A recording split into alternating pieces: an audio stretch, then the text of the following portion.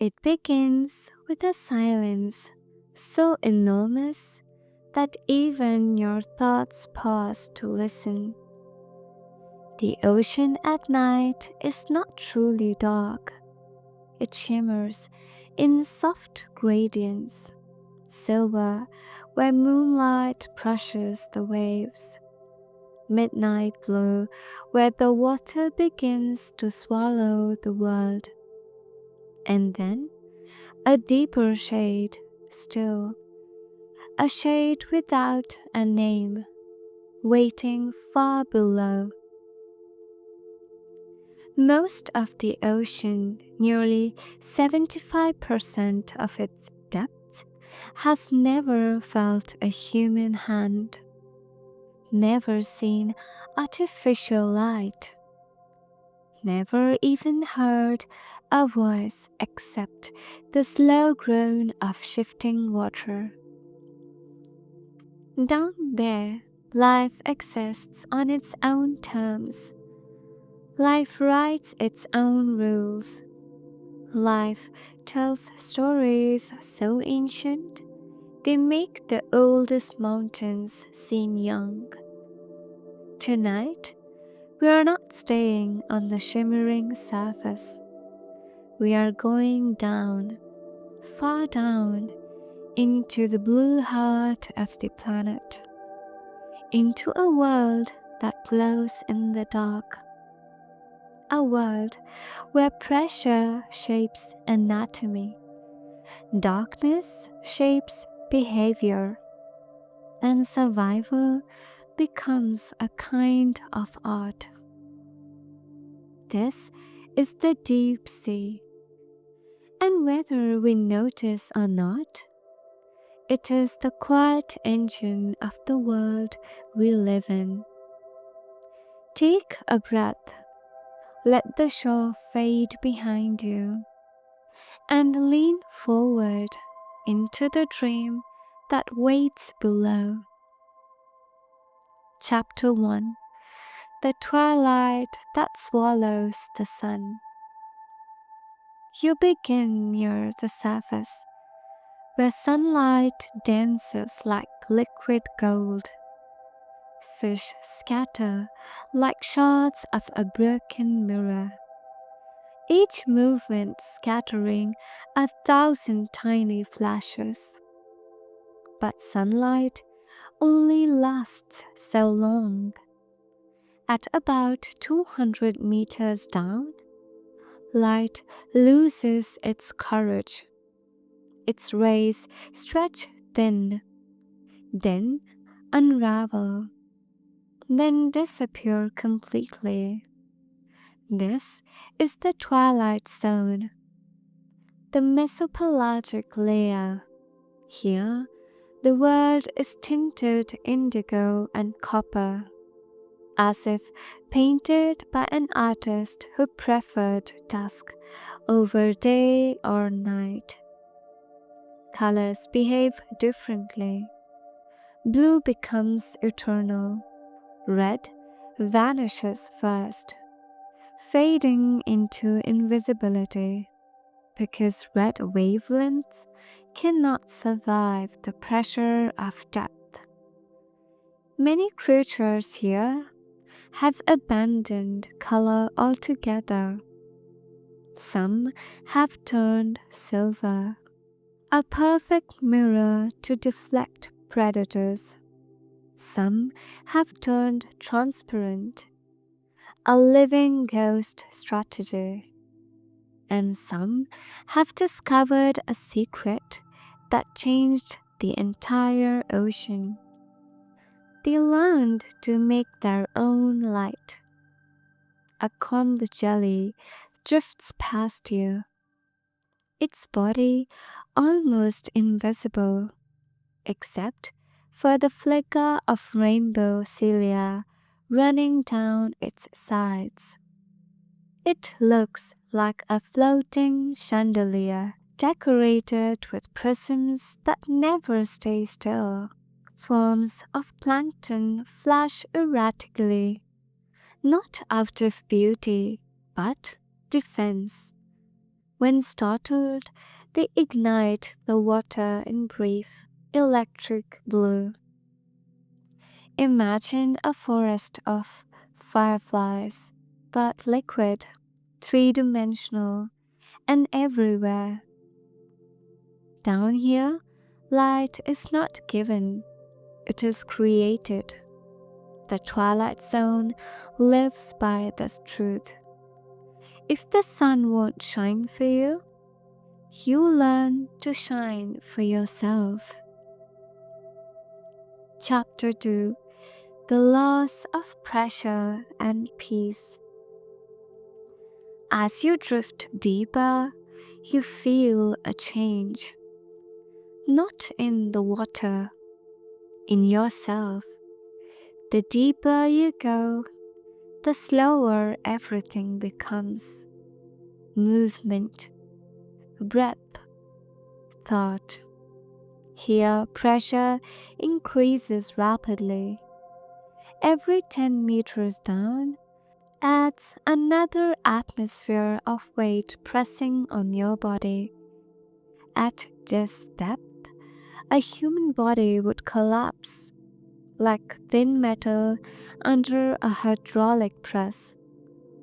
But deep sea life does not resist the pressure.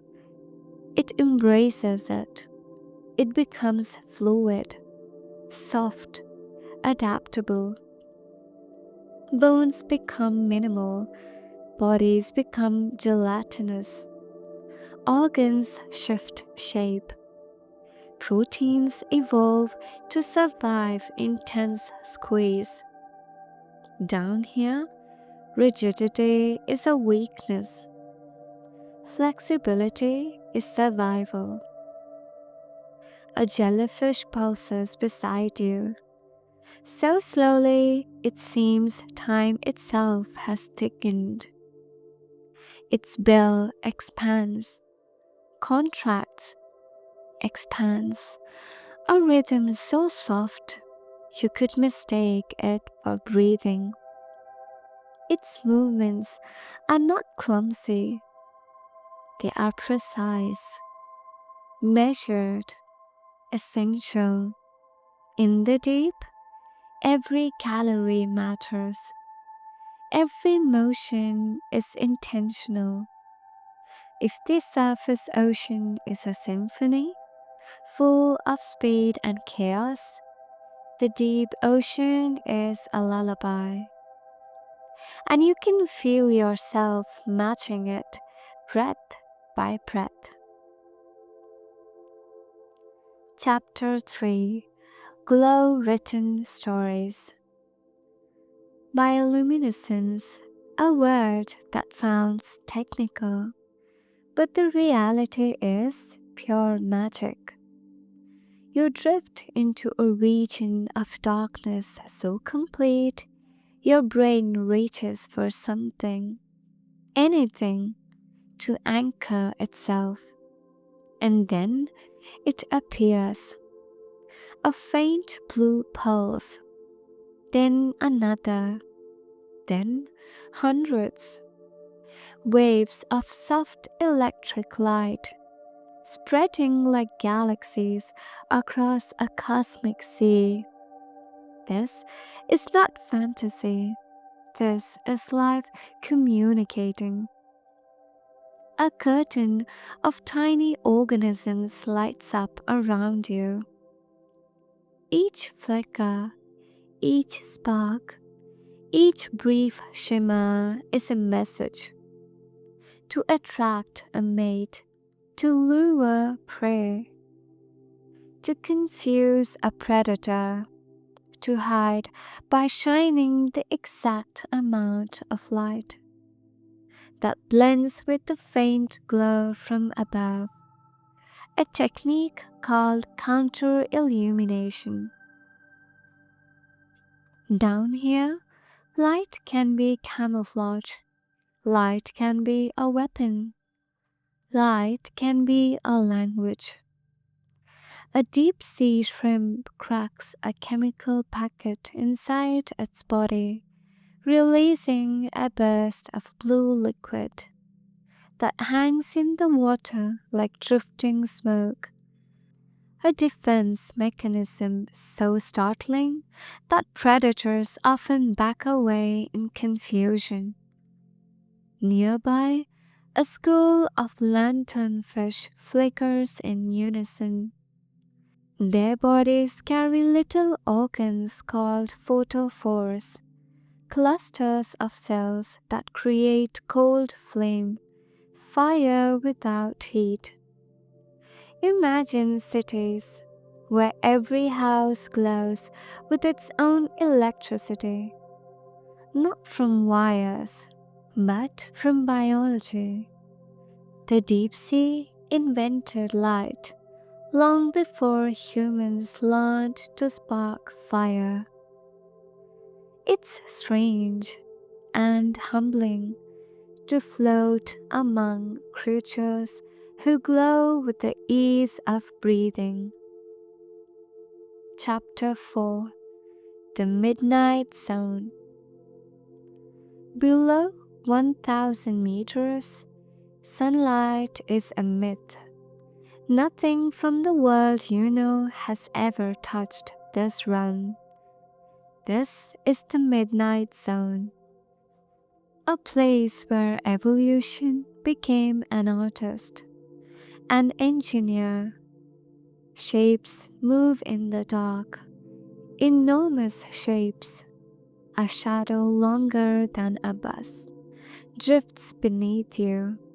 A squid gliding with silent intention, not hunting, just existing in a dimension that feels infinite.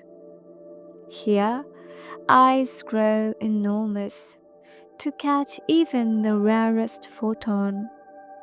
Some creatures point their eyes upward, searching for silhouettes of prey. Others point downward, searching for glowing food.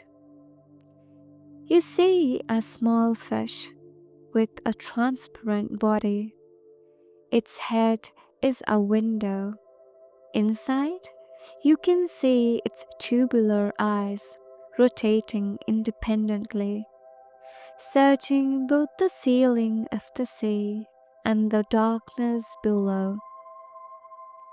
Higher in the water column, a group of hatchet fish drift like floating silver knives. Their bodies reflect light so perfectly they almost disappear. A faint shiver runs through the water, a movement like a slowly passing wave. You turn and see a ribbon of synchronized lights rippling through the dark. What looks like a single glowing serpent is actually an organized migration of thousands of tiny creatures moving together like one mind. Every night, life from the deep rises toward the surface. In the largest migration on earth, larger than wild beasts, larger than birds, larger than any movement of life on land. It happens in silence. It has happened for millions of years, and most humans have never seen it. But tonight, you see it as clearly as stars moving across the sky. Chapter 5: The Strangeness That Makes Sense. Go deeper, a little deeper. Down here, life no longer resembles anything familiar. You find animals that look like forgotten prototypes of evolution itself. A fish with a mouth that unhinges to swallow prey half its size. a necessary skill in a world where meals may come only once a week. A transparent octopus whose internal organs glow softly like distant lanterns. Its arms curl with slow grace. Each movement is a poem. A creature shaped like a long ribbon drifts by, its edges shimmering with faint gold. It has no eyes because it does not need them. Light is rare, color is rare, but adaptation is constant. Down here, nature does not produce beauty to please the eye. It produces beauty to solve a problem. A deep-sea snailfish moves past you. It looks soft, fragile, almost gelatinous. Yet it thrives under pressure so intense it would crush steel. Softness is not weakness here. Softness is survival. And as you watch, you understand something. The deep sea is not a hostile place. It is a place of calm resilience, a place that rewards patience, efficiency, and quiet persistence. There is power in moving slowly. There is strength in not fighting the darkness. There is wisdom in adapting instead of resisting. The ocean knows this. Its creatures know this. And slowly you begin to know it too. Chapter 6. The Floor of an Alien World. At last, you approach the ocean floor. A world so distant, it might as well be another planet. The seabed is not flat, it is sculpted by time. Mountains rise from the abyss. Volcanic ridges stretch like the spine of the earth. Trenches plunge deeper than Everest is tall. Hydrothermal vents glow faintly in the dark, spewing mineral-rich water, hotter than molten metal. And around these vents, against all logic, life flourishes. Tube worms taller than you, clams that shine with iridescent blues, ghostly white crabs, microbes that feed on chemicals instead of light. This is chemosynthesis, life powered not by sun, but by the planet's heat. Some scientists believe this is where life on Earth began, not in sunlight, but in darkness, in pressure, in chemical fire. You rest on the soft sediment, watching the vents flicker like ancient torches. The ocean floor hums beneath you, with the slow, deep rhythm of the earth itself. For a moment, you feel as if you're standing inside the memory of the planet. Chapter 7. The Ocean Remembers Everything. The ocean does not forget, it remembers the birth of continents, the fall of meteorites, the rise and disappearance of entire species. It remembers the first spark of life, tiny, fragile, persistent. It remembers the moment mammals returned to water and became whales. It remembers the silence before the first heartbeat. And now, for a brief moment, the ocean remembers you. It holds you gently, like something ancient but kind. You feel the water settle around you, cool and weightless, and you understand something you may have forgotten. You are not separate from this.